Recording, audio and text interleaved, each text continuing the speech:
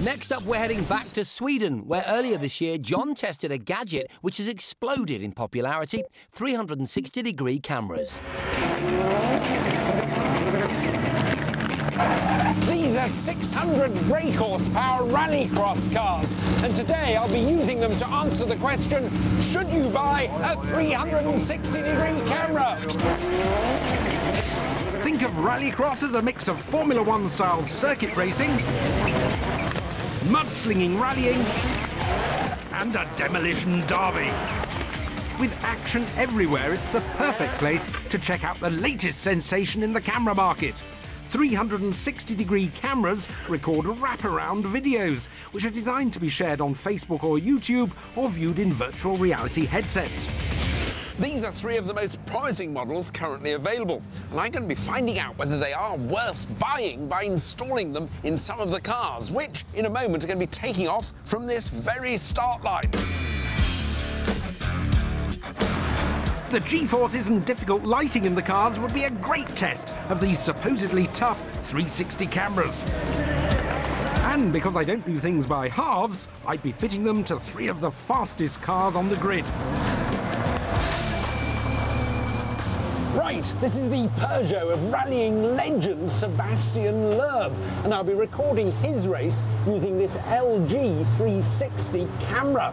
It's the cheapest model here. It uses two lenses and it records in so-called 2K resolution. My next stop was the busy pit of Team Hoonigan.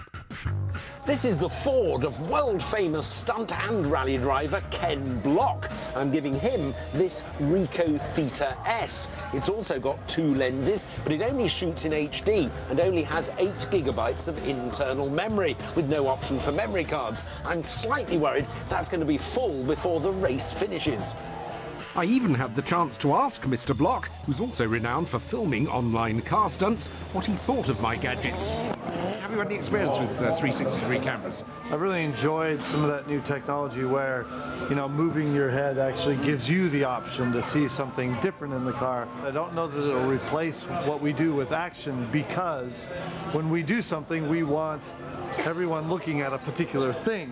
You know what I mean? If we were to give them the option to look away when we're doing something very specific, then they could miss it.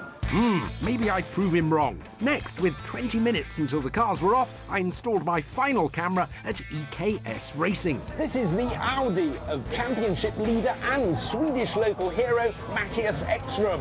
He's got the 360 Fly. It's the most expensive, has only one lens, and the lowest resolution. Let's see how we get on. The action was underway. Block and Ekström were racing together, while Loeb would race straight afterwards. Excellent, there's Ekström going onto the line with our camera in it. He's loud anyway. The cameras were running, so all I had to do was watch and hope they survived. This will be a great test of the cameras. I hope there's some nice car-on-car action, lots of close driving. It'll be a good physical test for the camera, and also a great test for all things like exposure and just smoothness and detail of movement. Brilliant. I can't wait. With launch control and four-wheel drive, these machines accelerate harder than Formula One cars. 0 to 60 takes less than 2 seconds.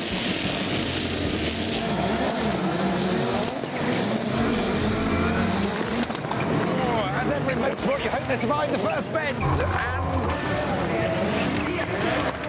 they do. My cameras were tested to the extreme, taking on jumps. Lovely jumps. You need some of those on the Birmingham Ring Road to liven things up. And the buzzing vibration from engines hitting 8,000 RPM. Hey. Halfway through, local man Ekström suffered a mechanical problem and stopped. But Block kept going and finished third.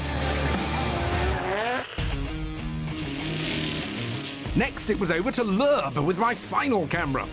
I give the most successful world rally driver the cheapest camera. I hope he doesn't mind. Loeb was flying, literally. Ah, superb jump there from Sebastian. An excellent test of camera and car. And Loeb went on to win his race. Excellent. Excellent! Sebastian's won! Time to check the cameras and the footage! Amazingly, all the cameras had survived and recorded the race, so it was time to check out the footage. They're all designed to work with a dedicated app.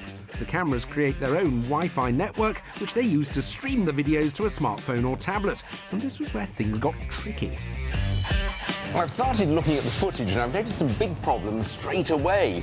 The image quality on the 360 Fly really isn't very good at all. You immediately notice the limitations of the single lens. You've got a very good view of the roof, frustratingly little of what's going on at floor level. But the LG and Ricoh had bigger problems. Both of their apps were painfully slow. And as soon as they were subjected to the vibrations of the cars, the footage became wavy and jerky.